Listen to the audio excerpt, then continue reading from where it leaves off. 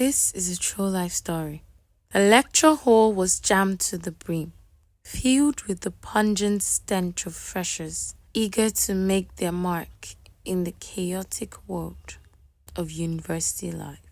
It was a mandatory general course on philosophy and logic, a class that forced students from different departments into one suffocating space, resulting in an unbearable mix of excitement, confusion, and a heat wave burned from too many bodies packed into too little room. Due to the limited seating, I found myself wedged between two very different people, Ebuka and my close friend from the Department of Mathematics, and Vivian, a student from Food Technology. While I struggled to focus on the lecture, my attention was repeatedly drawn to the flirtatious exchange happening beside me. At one point, I even had to change my position to give them room for their lovey-dovey antics. Ebuka, ever the smooth talker, was in his element. His words, dipped in charm and confidence, made Vivian giggle like a schoolgirl. I tried to ignore them, but their chemistry was undeniable. The way she tilted her head when she spoke, the way she bit her lower lip when he complimented her.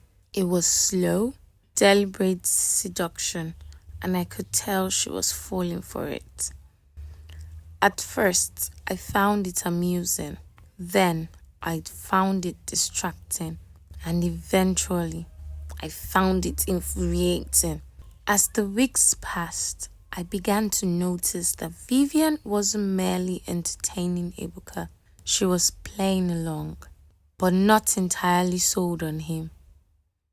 I saw cracks in her excitement, moments when her laughter felt forced, and her eyes wandered elsewhere. Perhaps she was waiting for someone different. So I made my move after Ebuka confided in me that he would prefer to date Joy, a very charming class representative for academic yet selfish reasons. My approach was subtle. I started helping her with notes when Ebuka wasn't around, offering to walk her to the hostel when classes ended late, and sleeping in casual jokes that made her laugh, just as Ebuka did. Unlike him, I wasn't just charming, I was patient. I made her feel as though I saw beyond the surface, past her beauty into something deeper.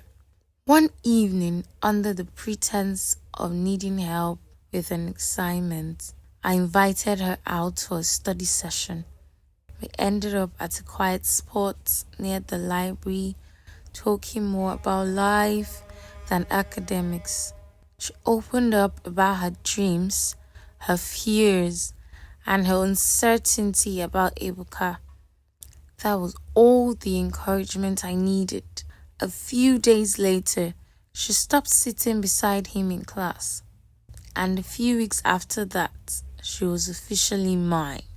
Vivian was stunning and intelligent with an air of innocence that intrigued me.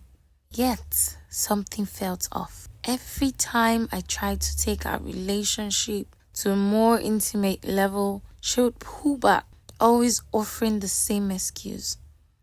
"I'm a virgin," she whispered.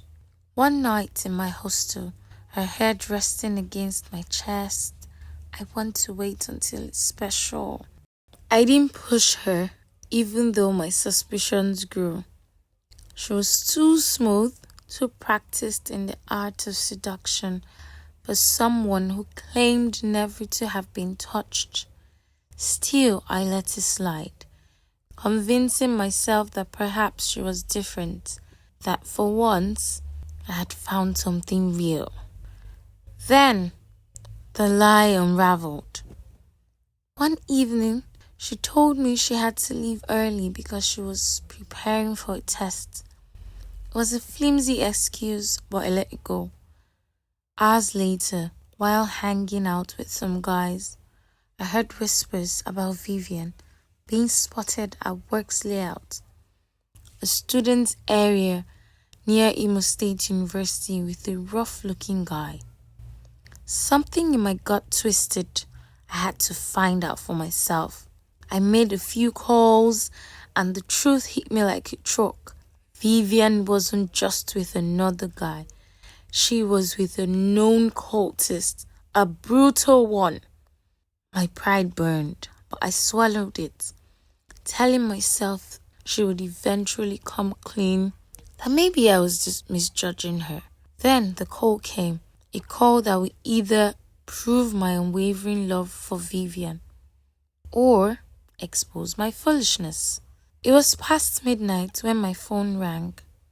Vivian's voice, barely audible and laced with pain and fear, pleaded, Please come get me. He hurt me. I think he drugged me. I didn't hesitate. I ran towards the location she had mentioned. I found her outside the dingy apartment, barely able to stand, her face swollen and her clothes torn. I didn't ask questions. I simply scooped her up, pulling her close in an embrace. But as I turned to leave, a shout pierced the night. "Who the fuck be that?" came a harsh cry in pidgin.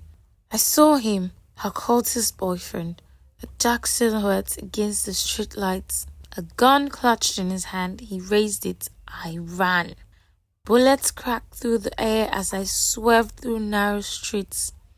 Adrenaline surging in my veins. Somehow, we made it back to my hostel, both breathless and shaking. I spent the night tending to her wounds, wiping away the blood and whispering reassurances. She clung to me, promising that she was done with him, that she had made a mistake, and that she would never go back. I believed her. 2 days later, she disappeared. No call, no text.